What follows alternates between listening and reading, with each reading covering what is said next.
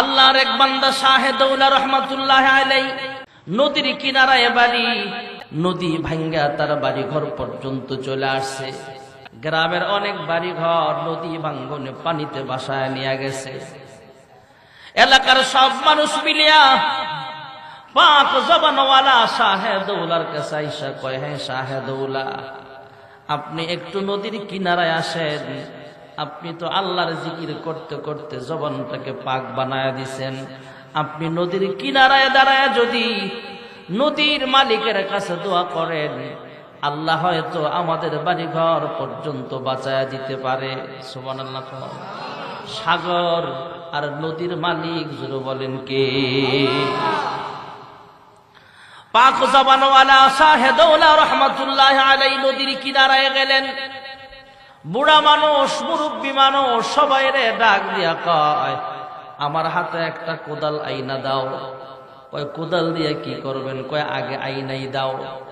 শাহে দৌলা কোদাল দিয়া মাটি কাইটা কাইটা নদীর মধ্যে ফালায়, আর মানুষের বাড়ি ঘরের মাটি ভাঙ্গা তিনি নদীর মধ্যে ফালায় আর ডাক দেয়, জিদার মাওলা উদার শাহে দৌলা, জিদার মাওলা উদার শাহে দৌলা।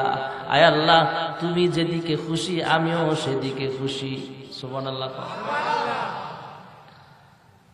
এটা যদিও মুহাব্বতে বলতেছেন, কিন্তু কথার ধরনটা ভিন্ন। আয় আল্লাহ, তুমি যেদিকে খুশি আমি শাহে দৌলাও সেদিকে খুশি। তুমি মানুষের বাড়ি ঘর ভাঙ্গা খুশি। আয় আল্লাহ, তোমার আর কষ্ট করা লাগবে না। আমি শাহে দৌলা চলে আসছি। আমি কোদাল দিয়ে কাইটা কাইটা সব মাটিগুলো পানিতে ফালায়া দিব। তোমার আর কষ্ট করা লাগবে না। জিদার মাওলা উদার শাহে দৌলা। সুবহানাল্লাহ। আল্লাহ আল্লাহ কে মুবারক নাম হ্যায়, अल्लाह अल्लाह क्या मुबारक नाम है, अल्लाह अल्लाह से तू का काम है। मन गुंजम दर जमीन आसमा लेके गुंजम दर क़ुलूबे मोमिना। শাহে দৌলা রহমাতুল্লাহ আলাইহি যখন কথাগুলো বলতেছেন, হাজার হাজার মানুষ নদীর কিনারা দাঁড়ায় দেখতেছেন। শাহে দৌলা কয়েক কোদাল মাটি ফালায় আর বলে, জিদার মাওলা উদার শাহে দৌলা। আল্লাহ রাব্বুল আলামিন নদীর উপরে নোটিশ জারি করে দিলেন, হে সাগরের পানি, হে নদীর পানি রে, আমার পাক জবানওয়ালা বান্দা শাহে দৌলা এখানে চলে আসছে। আর একটা মাটিও নদী ভাঙবে না। বাড়ি ঘরগুলো হেফাজত করিয়া দাও। যুলকুন সুবহানাল্লাহ। এমন পাক জবানওয়ালা হয়ে যাবেন যদি জিকির বেশি বেশি করতে পারেন। কার জিকির? বাবার জিকির, আল্লাহর জিকির। আলহামদুলিল্লাহি রাব্বিল আলামিন। قال سيدنا رسول الله صلى الله عليه وسلم أفضل الذكر لا إله إلا الله وأفضل الدعاء الحمد لله। পৃথিবীর সবচাইতে দামি জিকির হলো লা ইলাহা ইল্লাল্লাহ, আর সবচাইতে দামি দোয়া হলো আলহামদুলিল্লাহ। যুবকন সুবহানাল্লাহ। সংক্ষিপ্ত সময়ের ভিতরে দোয়া হয়ে যাবে ভাইয়েরা আমার। দোয়ার আগে কারো কিছু বলার আছে? আচ্ছা আচ্ছা, দোয়া হয়ে যাবে। জি ঠিক আছে ঠিক আছে, দোয়া হয়ে যাবে ইনশাআল্লাহ। ওনার নাতি অসুস্থ, আল্লাহ শিফা দান করুক সকলে বলে আমিন। আমরা তেলাওয়াত করে আলহামদুলিল্লাহি রাব্বিল আলামিন। কবরের ভিতরে প্রথম প্রশ্ন করা হবে মার রাব্বুকা। নামাজের ভিতরে আমরা তেলাওয়াত করে আলহামদুলিল্লাহি রাব্বিল আলামিন। কবরে ফেরেশতারা প্রশ্ন করবে তোমার রব কে।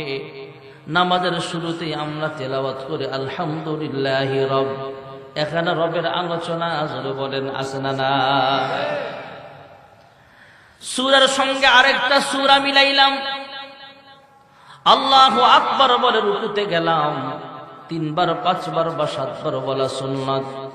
সুবহান রাব্বিয়াল আযীম, সুবহান রাব্বিয়াল আযীম 3 বার 5 বার বা 7 বার বলা সুন্নাত। এখানেও রবের আলোচনা আছে না নাই?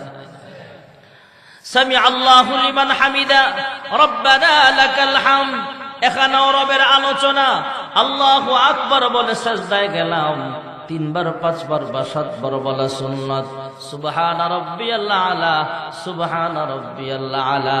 প্রত্যেক নামাজে দাঁড়ায়ও রবের আলোচনা, রুকুতেও রবের আলোচনা, রুকু হতে সোজা হয়ে দাঁড়ায়ও রবের আলোচনা, সেজদাতেও রবের আলোচনা। বারবার রবের জিকির করার বরকতে আল্লাহর হাবিব বলেন, তোমাকে যখন ফেরেশতারা প্রশ্ন করবেন মার রব্বুকা, তোমার জবান আল্লাহ সহজ করে দিবেন, এই প্রশ্নের জবাব তুমি সহজেই দিতে পারবা। নামাজি বান্দা বান্দি জবাব দিয়ে দিবেন, আমাদের রব একমাত্র। জোরে বলেন কি? আজকের বয়ানের শেষাংশে এটাই বলতে চাই, আমরা নামাজি হয়ে যাই। কি হয়ে যাই? শুধু জুমা 5 ওয়াক্ত, দৈনিক কয় ওয়াক্ত? শুধু মহিলারা পড়বে নামাজ না পুরুষরাও? শুধু পুরুষরা না মহিলারাও? সবাই নামাজি হয়ে যায়। আমি সূরাতুল ফাতিহার আয়াত তেলাওয়াত করলাম, আর নামাজের শুরুতেই প্রত্যেক রাকাতেই সূরা ফাতিহা আছে না নাই? আচ্ছা ঠিক আছে, আমরা সূরাতুল ফাতিহা প্রত্যেক রাকাতেই তিলাওয়াত করি। আর এই সূরার নাম সূরাতুল ফাতিহা হওয়ার আরেকটা কারণ হলো, কোরআন শরীফের প্রথম সূরা হলো সূরাতুল ফাতিহা। এর আগে পূর্ণাঙ্গ সূরা নাজিল হয় নাই। কোরআনের সিরিয়ালেও প্রথম সূরা সূরাতুল ফাতিহা। আর এই সূরাটাকে আমরা আলহামদুলিল্লাহ সূরা বললে জনসাধারণ বেশি চিনে।